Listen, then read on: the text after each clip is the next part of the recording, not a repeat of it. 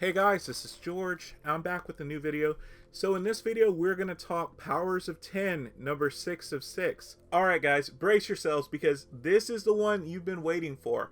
And after reading it, not once, not twice, but 3 times, I'm honestly not sure what everyone's going to think about this issue. And so just a heads up, there will be massive spoilers in this video. So if you haven't read Powers of 10, and even if you haven't read House of X, you might want to check those out before watching this because there will be massive spoilers, because guess what? Those stories are connected. They're just like one huge comic book storyline. So if you haven't read those, you probably want to read those. But if you're still here, well, let's get into the video. And so if I were to summarize Powers of 10 number 6, it's basically us arriving at our destination after being on the crazy train that has been Jonathan Hickman's X-Men run thus far. And there's a lot to unpack in this issue. A lot happens in this issue.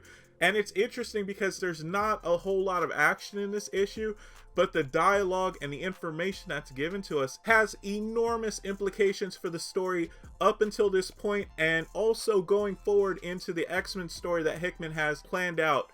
And we're going to talk about that. And this issue opens on one of the white page appendixes, and it has a quote from Professor Xavier. It says, "And now we build." The following page lets us know the creative team for this issue, and the writer would be Jonathan Hickman, and the illustrators are going to be Pepe Larraz and RB Silva. And so we actually open with X-Men Year 1, and it's Professor X. He's walking through this carnival or circus, and he's in a very good mood. He's pretty happy about something.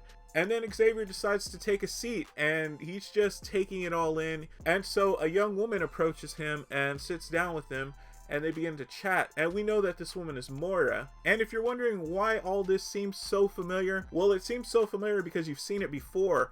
These pages of artwork and story were used in Powers of 10 number 1. And so that's why it looks so familiar. These particular pages of artwork and story are reused in this issue. And they have that same familiar conversation about why Xavier's so happy. He's happy because he had the most beautiful dream, he says. And then Moira responds with, well, it's not a dream if it's real.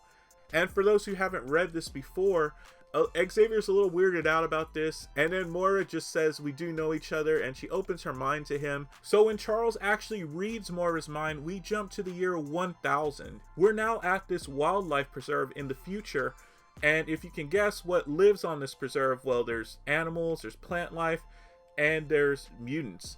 So in this future, mutants have been conquered, and they're relegated to living on these preserves as a near extinct life form. At this point in the story, a character called the Librarian enters the preserve, and he's immediately met with hostility because a group of mutants within the preserve launch an attack against the Librarian, but he mentions that he's just so far beyond them that it's basically laughable, and he mentions that he developed countermeasures before their muscles could even register the command to attack. And I thought that was really interesting. So he actually sends them on their way, and he tells them to go eat, as if he were some kind of zookeeper just talking to one of the animals that he takes care of. And we learn that the Librarian's actually here for a reason. He's not just out for a stroll around the preserve to look at the wildlife. He has a specific purpose, and we learn that he's there to talk to somebody in particular. But before he finds that person, we actually see him talking to somebody who's shrouded in the jungle, and then it's revealed that the individual the Librarian's talking with is none other than Wolverine. And so yes, Wolverine has successfully managed to survive into the year 1000. As far as we know, it seems like he's even managed to outlive Apocalypse. So I'm pretty sure all you diehard Wolverine fans out there are going to be pretty happy to see this. And he doesn't look half bad. He actually looks pretty similar to present day Wolverine. So I guess we'll just chalk it up to his good mutant genes because he's still around in the year 1000.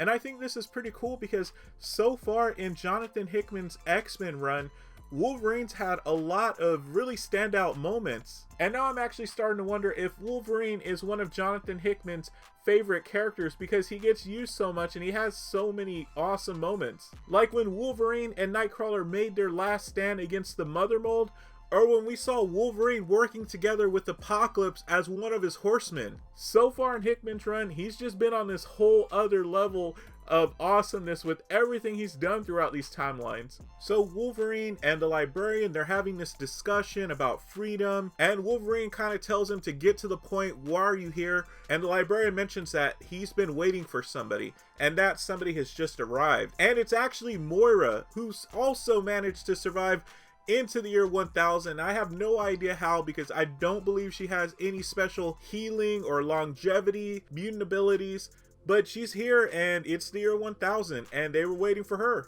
And here's where things get incredibly interesting, because the Librarian starts talking and he actually drops a bombshell on Moira and Wolverine by letting them know the world is about to end. And then Wolverine mentions, so we're all about to die. And the Librarian says something very interesting. He says, no, most everything is going to die except for them. And Wolverine's just not having it. And he's really angry at the Librarian for kind of speaking in riddles. But Moira tells him to let him finish. And here's what's so interesting about this part, because the Librarian goes on about his method of thinking. The Librarian discusses why he feels this way.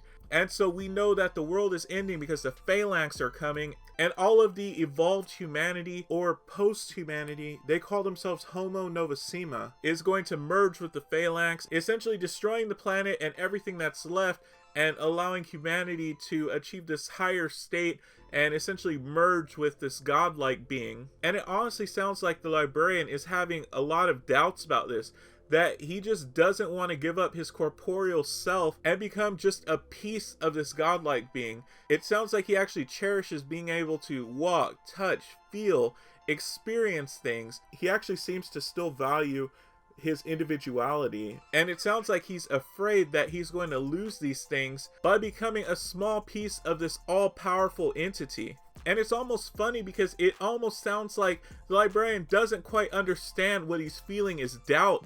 But when you read the words, it really comes through as the Librarian is just having doubts about this, and he doesn't want to give up his existence. And so the Librarian has a plan. See, he's been observing Moira and he knows about her abilities, and he tells her flat out, if you were to die, how would you fix this to prevent this specific future from coming to pass? And Moira doesn't really answer at this point, but the Librarian continues talking and giving us more information, and we get a little more background about that future. And it's really interesting because the Librarian mentions that Sentinels gave them years, and then the Nimrods gave them decades, and it was all in this effort to try and preserve humanity, to keep humanity around long enough so they could develop the means to artificially bypass mutant kind, who are the natural evolutionary next step. But thanks to the time that the Nimrods and the Sentinels gave humanity, they do end up developing the means to surpass mutant kind through artificial means. And something I thought that was actually a little bit funny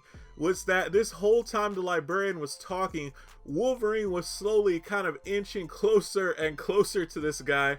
And then once Moira and Wolverine had heard everything they had to hear from this guy, Wolverine does what he does best, and he sends this guy packing, banishing him to the Shadow Realm with his claws. And so now he's dead. And Wolverine's actually not done slicing and dicing, because now that they have this information, what it seems like is that Moira was actually waiting as long as she could to gather as much information as she could before ending her life and beginning a new timeline. And so now that they have this information, she asks Wolverine to do what he does, and he stabs Moira in the gut, and so ends the 6th life of Moira MacTaggert. So now we know what Moira's 6th life was like. And I know there have been discussions about Omega level mutants. Rob from Comics Explained, he has some really great conversations about Omega level mutants, and so I'm wondering if Moira should fit into that category, because we don't know the limits of her abilities, and she's essentially warping time and reality,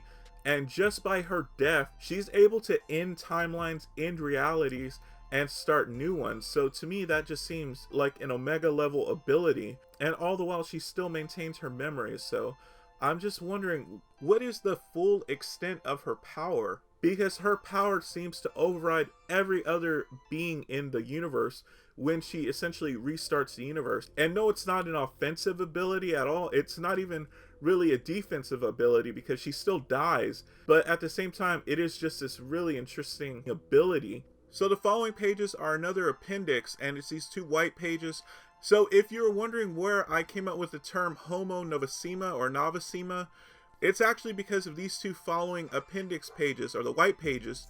On them they describe humanity, Homo superior, and then Homo Novissima. And so that's where that came from. And I really enjoy these white pages because they do give you such a wealth of information that really add a lot of information to what you've either just read or what you're about to read. And so we cut back to where Professor X is reading Moira's mind. There's a huge psychic backlash from the information that Xavier takes in, and he's literally knocked off his feet. And him and Moira sit again and they talk again. And now that Xavier has all of this information, his eyes are basically opened. And Xavier, he's just been rocked by this revelation because he just talks to Moira and he asks for confirmation of what he saw in her mind. And he asks her, "We lose?" And she says, "No, it's actually worse than that. We always lose." And Xavier's just trying to compose himself. He's just taking in all of this terrible information, and it's really rocked him. And so he's scrambling to think of ways to try and avoid this future. And it's really interesting because this is the Xavier we know, or at least I know from when I was growing up, the Xavier that I really liked, the one who wants to do everything he can to ensure a good future for humanity and mutant kind, a coexistence between the two. And he's grabbing at straws. He's saying, well, maybe I should do things differently. If only I recruited different students, or maybe I can work harder to develop better relations with humanity. And Moira's just watching him, and you know, it kind of makes her smile a little bit, but we're gonna learn that it's a very sad and tragic smile. And in the end, she actually stops him by embracing him and kissing him, because she kind of laments very sadly that Xavier never changes, that he's still the same Xavier after all of the lifetimes she's experienced. And she says in all of those lifetimes, Xavier's always the same. And Xavier actually takes this as a compliment. Moira lets him know it's not a compliment. She lets him know that Charles's belief and his desire for peaceful coexistence between mutants and humans will never happen in her eyes and her belief, and I guess from what we've seen so far from her other timelines. And it's kind of sad because Moira mentions that things are going to be very bad and that she's going to have to break him and his spirit and his morals and his ideals in order for them to achieve something where mutant kind can survive. And I just thought this part was truly sad because it's essentially saying that Xavier's dream was never going to come true, and maybe even that he was a fool for dreaming that dream and working towards that dream. And to me, that's actually heartbreaking to have someone essentially telling you that. And so at this point in the story, we jump to these appendixes with Moira's journal. And even though some of the journal entries are redacted and you can't see the information, you do get other entries, and there's a huge amount of information that we get here for what's happened so far and things that will probably happen in the near future. And so kind of an overview of some of them. Moira's discussing Xavier, and in one of the entries she's very frustrated with him, and she actually says it's painful how hopeful and idealistic he remains. It's shameful how much he wants to love these people. And I assume she's referring to humanity. One of the things I took from these journal entries is that maybe Moira might actually be kind of a threat herself. And she ends that entry by saying he will learn. And so it's very ominous and pretty sad because for me, like I said in previous videos, I love that Professor Xavier cares so much about trying to have peaceful coexistence, because to me that's a tenet of the character. That's what makes Xavier Xavier, is that he will do everything he can to pursue his goal, his dream of peaceful coexistence between humans and mutants. And in these journals we learn more that Moira is actively changing Charles, swaying him from this path to ensure that he becomes more of the militant person who will do whatever it takes to reach his desired outcome. And we actually see in these entries that Moira believes that she's making progress towards that Charles is slowly making his way towards that belief, and he's on the path to becoming what she thinks he should be. And in these entries we actually get to see what she thinks about Magneto. It's actually pretty unflattering. She basically sees Magneto as everything we know him as, that he's a very stern man, he's always testing loyalties. Basically Magneto's just not someone to be trifled with, and that he's an individual whose mind is only set on one thing, and he has tunnel vision and everything else doesn't matter. He only cares about this one thing, which of course is mutant kind rising up and overtaking humanity. And it's not an easy alliance with Magneto. And then in one of the journal entries, she talks about the emergence of Apocalypse, and she talks about that because she's already aligned herself with Xavier and Magneto, she'll have to try to recruit him down the line. And in the next journal entry, which is one of the most important journal entries, we learn that Xavier and Magneto, they actually went against Moira's judgment, and they went and recruited Sinister. And can you believe the level of hubris here? We'll probably discuss this more later, but Xavier specifically has had the privilege of seeing into Moira's mind, and he's actually privy to that information, and he's probably shared it with Magneto, and yet they still think that their judgment on this matter, that they're not going to go with Moira's plan, that they're kind of going to do their own thing because they think that they know better, and that their actions this time will avoid a disastrous future. But to me, that just sounds like hubris, and I think that their pride might end up being the downfall of this timeline. And so why this is so important is because we see that Magneto and Xavier, even though they know these things, they're willing to go against her judgment and do what they think they should do. It kind of hinges on the edge of a knife because you don't know how this is going to play out. To me, this seems like it could be, that's why this timeline messed up, because of Magneto and Xavier's hubris in going against Moira. But at the same time, if Moira is being built up to be this villain in the end because of all of the things she's seen and all of the things she's willing to do, but at the same time, it could fall on that other side of the fence because Moira could be the potential enemy. So this could all work out because Xavier and Magneto trusted in themselves. So these appendixes are really giving a huge wealth of information, and I'm really glad that Hickman decided to include them in the story. And I think the most important entry here, at least for the immediate future, is we learn that at some point in the near future, Magneto actually leaves their alliance, and it seems like they've literally made an enemy out of the character. That she actually puts that wording in there, that Magneto is maybe now an enemy of them. I'm just wondering what could have caused this, because we do see Charles and Xavier united, and I would say they're united in mind and cause. And to me, I don't know what could break that bond between them. So, and I wonder if it actually has to do with Moira, if it's something she does that causes Magneto to abandon them. And the last entry talks about Moira feeling very threatened and thinking that her very existence is a threat to their plan. And so she decides to remove herself, she says. And so her and Xavier work on creating a golem and faking her death, and then she's going to go into hiding. So that's the last of the entries, and so we actually cut to Moira's No Space, which is her home on Krakoa, but she doesn't interact with anybody. I think only a few people either know or even have access to this place. And so Charles and Magneto arrive. Magneto actually brought tea for Moira.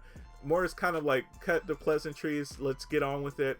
And so they actually discuss some of what just happened. They mention that they've assembled the Quiet Council, and they discuss the members of the Quiet Council. And then one of the most important things that happens here is when they discuss Mystique, because we saw in previous issues that Mystique had certain conditions that needed to be met for her to get on board with Xavier and Magneto. And we learn what that condition is, because what Mystique wants is for Destiny to be reborn or resurrected as one of the duplicates. Moira is steadfast in this. She says, no, this can't happen. Destiny cannot be on the island. No precogs can be on the island. And she explains that the precogs would be able to see the future, and they would be able to let people know how bad things go. And so what's interesting, Xavier and Magneto, in their wisdom, and this walks a fine line between wisdom and hubris, because they tell Moira, eventually we're going to tell everyone what you told us, because they have a right to know. And Moira, she just doesn't believe this should happen, because she knows in reality a lot of people panic. I mean, there are people who can be trusted with information and they won't crack, but the majority of people, when they have information, like life-ending information like that, like end of the world information, they panic. And Moira fears this, and she fears that any precog like Destiny, I believe maybe Blindfold, would be excluded from being on Krakoa. They can't be on Krakoa because they will see something like this, or they may see all of this, and they will let people know, and of course people will panic, and more than likely their plans would fall apart, resulting in another failed timeline. But like I mentioned, Charles and Xavier, either in their wisdom or their hubris, they straight up tell Mora, it's gonna work this time. We are together, we are different, and this time we are united, and it's gonna work. And we don't get to see Moira's expression after that, but I'm assuming that as much as Moira's seen in her previous timelines, Moira's kind of hedging her bets because she's just seen too much. It's really jaded her. Imagine living through different timelines where no matter what you did, everything you did resulted in the same horrible existence. And so I can understand why Moira would be hesitant to believe this, even though it is unique, even though this is a different timeline where they're united instead of opposed to each other. I think Moira is still deathly afraid about what could happen, and that mutant kind could just end up going back to where they started with these dire timelines where all hope is lost. And so here we cut to Xavier and Magneto, and we actually get the same artwork from previous issue where they're walking around discussing the future. We get a little bit more of the discussion with Xavier and Magneto. And so Magneto, being Magneto, he's very militant and he's always ready for a fight. And he says, let them try and stop us. And Xavier agrees with him, let them try. And so that's where the issue ends. I guess this is the dawn of X now. The final appendix white page ends with a quote from Magneto, and it says, I am not ashamed of what I am. And so now the dawn of X has begun.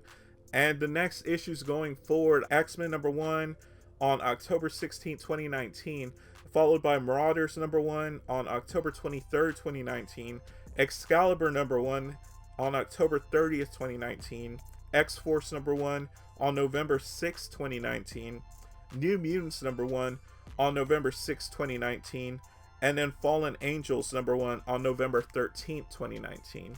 And so one of the last things that I found that was interesting about this issue was actually an advertisement at the end of the issue.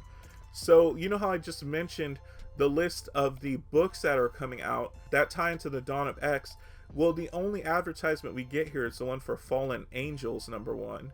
That one was actually at the end of that list.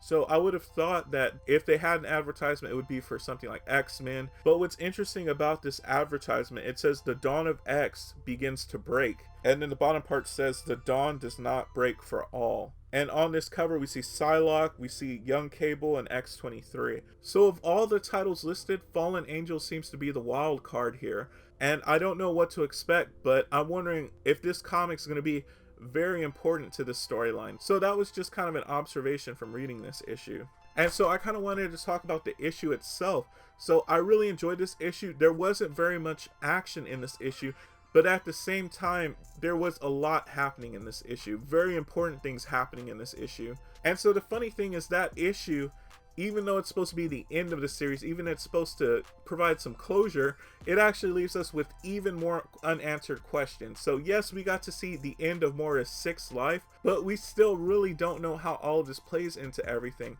And Moira's journals, they provide a lot of background information. So now we're all going to be looking for what's the thing that sets off Magneto to make him leave the X-Men. So there's just a lot of unanswered questions here.